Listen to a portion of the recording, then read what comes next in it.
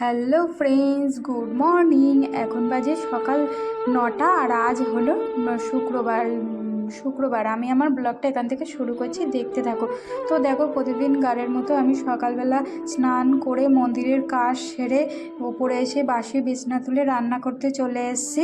আজকে না করব পাতলা করে আলু পটল দিয়ে রুই মাছের ঝোল করব, আর ভেন্ডি সেদ্ধ করেছি।